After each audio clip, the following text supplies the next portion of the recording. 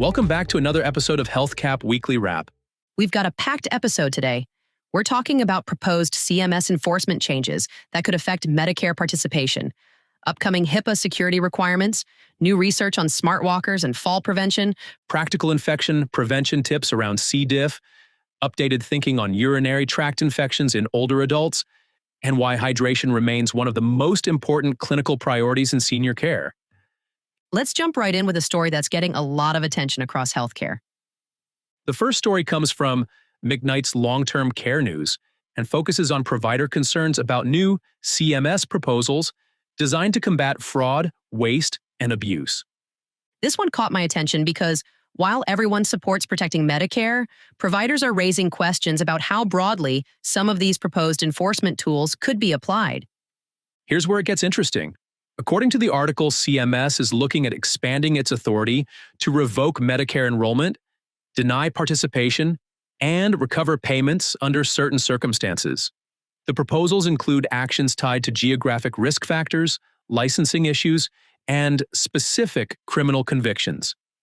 And that's where some provider organizations are urging caution. That's the key point. The feedback isn't that providers oppose program integrity efforts. In fact, most groups support efforts to reduce fraud. The concern is whether broad enforcement authority could unintentionally create challenges for organizations that are already working hard to stay compliant. So what does that mean for senior care communities? It means compliance programs become even more important. Leaders should be paying close attention to enrollment requirements, credentialing, licensing status, ownership documentation, and internal compliance monitoring. If CMS gains additional enforcement capabilities, organizations will want confidence that their records and processes can withstand scrutiny. I think that's an important takeaway. This isn't necessarily about changing care delivery tomorrow. It's about ensuring organizations understand how regulatory changes may affect participation in Medicare moving forward. And that's where leadership teams should pay attention. For communities that rely on Medicare reimbursement, even relatively small compliance issues could potentially carry larger consequences in the future. Our next story stays in the compliance world but shifts to cybersecurity. This article from Healthcare Dive examines anticipated 2026 HIPAA Security Rule updates and what healthcare leaders should be doing now to prepare. Cybersecurity has become one of those topics that touches everyone in an organization. It really has. The article outlines stronger expectations around protecting electronic protected health information, or EPHI. Some of the key areas include encryption, multi-factor authentication, more comprehensive risk assessments, asset inventories, network mapping, and stronger incident response capabilities. Give me a practical example. What would this look like in a senior care community? Think about a community that's added new software over the years. Maybe a pharmacy connection, a therapy platform, a payroll system, and a resident record system. Organizations may need a much clearer picture of how all of those systems connect and where protected information is flowing. That makes a lot of sense because you can't protect what you haven't identified. That's really what regulators appear to be looking for. Evidence that organizations understand their risks and are actively managing them. What's interesting is that many organizations already do some of these things. They do. The difference is that the proposed updates place much greater emphasis on documentation, consistency, and demonstrating that protections are actually in place and being maintained. So it's not enough to say, trust us, we've got security covered. Right. Organizations may need to demonstrate how risks are being evaluated, documented, and addressed. That includes everything from maintaining asset inventories to testing response plans and strengthening employee education. I can see why that matters in senior care specifically. Communities are handling clinical information, payroll systems, resident records, pharmacy communications, and countless other data points every day. That's the bigger story here. Cybersecurity isn't just an IT issue anymore. It's an operational issue, a compliance issue, and a resident trust issue. And the practical takeaway here is don't wait. That's probably the biggest lesson from the article. Organizations that begin reviewing policies, conducting risk assessments, and strengthening education efforts now will likely be in a much better position if these updates move forward. Speaking of preparing for the future, Our next story focuses on innovation. This study from the Journal of Multidisciplinary Healthcare examined the design needs for a smart walker intended to help prevent falls among older adults. I thought this was fascinating because the researchers didn't just ask engineers what they wanted to build, they interviewed older adults, caregivers, nurses, and physicians.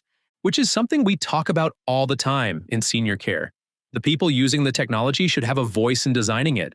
Right. And what I found encouraging is that the study identified several areas where everyone agreed, despite coming from very different perspectives. Participants wanted pre-fall warning capabilities, simple operation, durability, affordability, and designs that fit naturally into daily living environments. Something else that stood out to me was the emphasis on simplicity. Same here. Healthcare professionals specifically warned against creating systems that require complicated interactions. The preferred approach was technology that works quietly in the background and supports residents without creating additional burden. I think that's a lesson we see over and over again in senior care. The more steps you add, the less likely a tool is to fit naturally into daily routines. And when a technology becomes part of the workflow instead of another task on the checklist, adoption usually improves. That sounds obvious, but it can be easy to overlook. Absolutely. The most innovative technology isn't always the technology with the most features. Sometimes it's the technology people actually use consistently. And obviously, fall prevention remains a major priority across senior care. It does. Falls can affect mobility, independence, quality of life, and overall health outcomes. And every senior care professional listening has worked with a resident whose confidence changed after a fall. That's a powerful point. It really is. What's encouraging about this study is that it reinforces the value of designing solutions around resident and caregiver needs rather than asking people to adapt to the technology. That's a lesson that applies far beyond walkers. It really does. Let's transition now from future innovation to one of the most important clinical issues facing healthcare communities today. This next resource comes from CDC Project Firstline and focuses on Clostridioides difficile, commonly known as C. diff. C. diff continues to be a significant infection prevention concern because it can spread in healthcare environments and can be particularly serious for older adults. The CDC resource focuses on recognizing risk and stopping transmission. What's one area communities sometimes underestimate? Environmental cleaning. Interesting. C. diff can survive in the environment much longer than many people realize. That's one reason consistent cleaning practices and proper precautions remain so important, especially when caring for vulnerable residents. The resource also emphasizes understanding how C. diff spreads, identifying risk factors, and implementing strong infection prevention practices. That's what stood out to me. Environmental services, nursing staff, leadership teams, therapy departments, and support staff all play a role. Preventing transmission requires consistency across the entire community. And for listeners, this is also a reminder not to become complacent. That's right. Even experienced teams benefit from revisiting foundational infection prevention practices. Hand hygiene, environmental cleaning, appropriate use of protective equipment, and awareness of symptoms all contribute to reducing transmission risk. And speaking of infection-related topics, our next story focuses on urinary tract infections.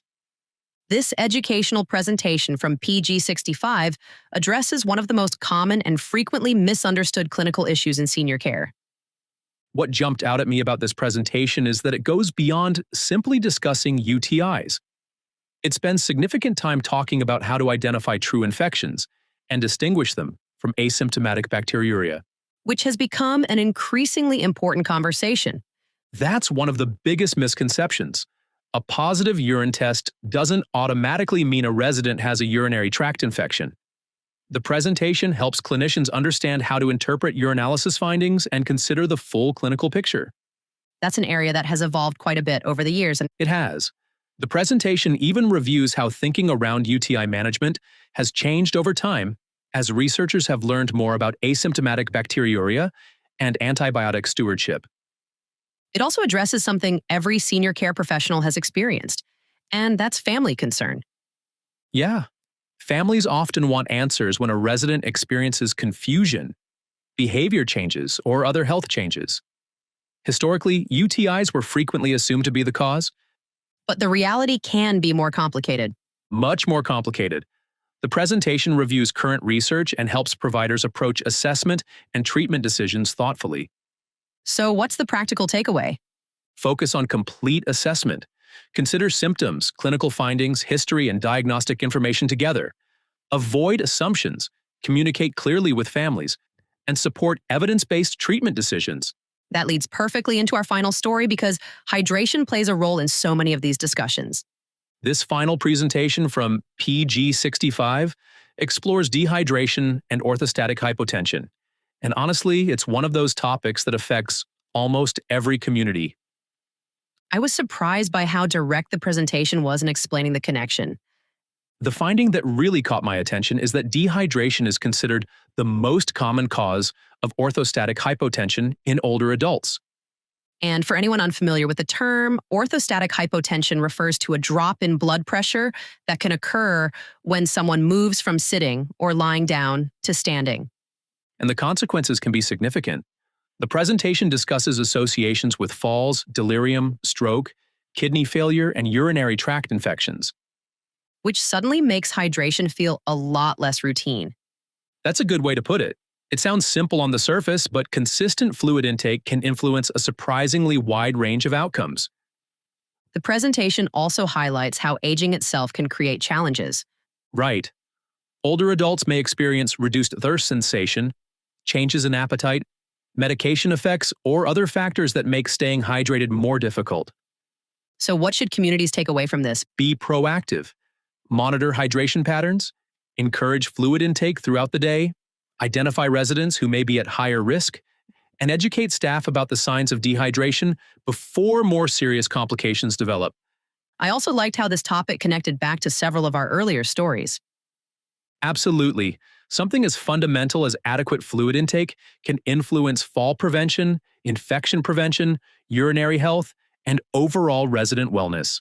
If there's a common theme running through today's stories, it's preparation. Whether we're talking about compliance, cybersecurity, fall prevention, infection control, or hydration, the communities that stay proactive are often in the best position to support positive resident outcomes. None of today's stories were about reacting after something happens. Every one of them was about getting ahead of problems before they affect residents, staff, or organizations. And that's a great place to wrap up today's episode. We covered CMS enforcement proposals, HIPAA readiness, smart walker research, C. diff prevention, UTI assessment, and the critical role hydration plays in resident health. Thank you for joining us for another episode of HealthCap Weekly Wrap. And if you'd like to learn more about these topics and others affecting senior care, be sure to visit Angie's blog at healthcapusa.com/Angie's-blog. Thanks for listening, and we'll see you next time. Take care.